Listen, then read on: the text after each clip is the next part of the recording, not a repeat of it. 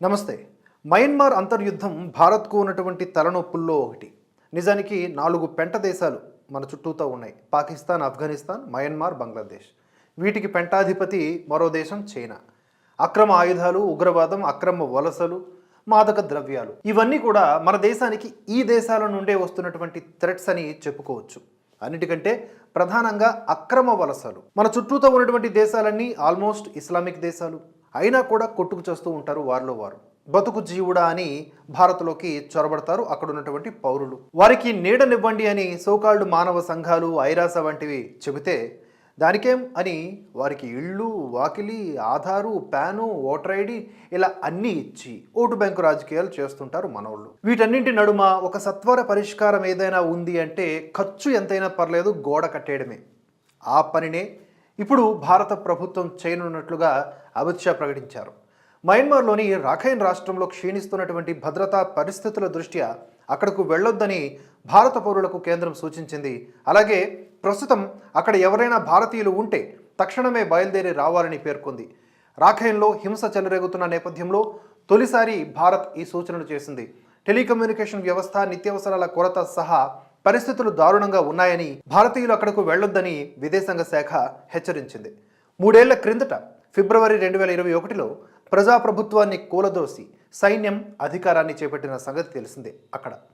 అప్పటి నుంచి ప్రజాస్వామ్యాన్ని పునరుద్ధరించాలని కోరుతూ ప్రజలు నిరసనలు, ఆందోళనలు కొనసాగిస్తూ ఉన్నారు. ఆందోళనకారులు, సైన్యం మధ్య కొనసాగుతున్నటువంటి ఘర్షణలు చాలా దారుణమైనటువంటి హింసకు దారితీశాయి. పలు కీలకమైనటువంటి పట్టణాలతో పాటుగా సరిహద్దుల్లోని భారత రాష్ట్రాలు మణిపూర్, మిజోరాంలకు సమీపంలో గత నవంబర్ నుంచి 2 పక్షాల మధ్య ఘర్షణలు మరింత తీవ్రతరమయ్యాయి. ఈ పరిణామాలపై భారత్ ఆందోళన చెందుతోంది. తన ప్రత్యర్థులు, పాలనకు వ్యతిరేకంగా సాయుధ పోరాటం చేస్తున్న వారిని లక్ష్యంగా చేసుకుని మయన్మార్ సైన్యం వైమానిక దాడులను కూడా చేపట్టింది. ఇన్నింటి నడుమనే భారత్ ఈ నిర్ణయం తీసుకుంది. భారత్ మయన్మార్ సరిహద్దుల వెంబడి మొత్తం 1643 కిలోమీటర్ల పొడవున కంచెను నిర్మించాలని కేంద్ర ప్రభుత్వం నిర్ణయించినట్లుగా కేంద్ర హోంమంత్రి అమిత్ షా ప్రకటించారు. పటిష్టమైన భద్రత లేని సరిహద్దుల వెంబడి ప్రస్తుతం అమల్లో ఉన్నటువంటి స్వేచ్ఛా సంచార వ్యవస్థ ఎంఎఫ్ఆర్కు కూడా చెల్లు చెప్పనుంది. ఎంఎఫ్ఆర్ కారణంగా భారత్ మయన్మార్ సరిహద్దుల్లో నివసించేటటువంటి ప్రజలు 16 కిలోమీటర్ల దూరం వరకు 2 వైపులా ఎటువంటి అనుమతి పత్రాలు లేకుండా స్వేచ్ఛగా తిరగడానికి వీలు కలుగుతుంది.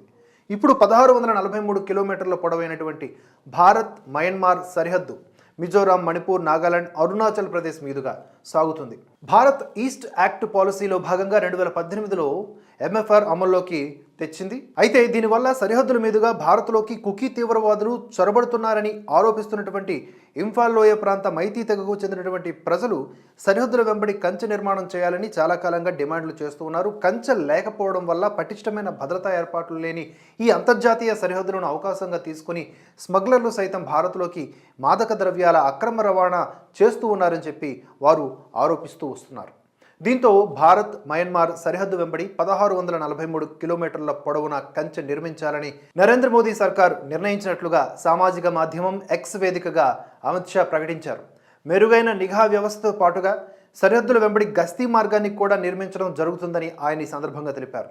మణిపూర్లోని మోరేలో సరిహద్దు వెంబడి 10 కిలోమీటర్ల కంచెను ఇప్పటికే నిర్మించామని షా గుర్తు చేశారు.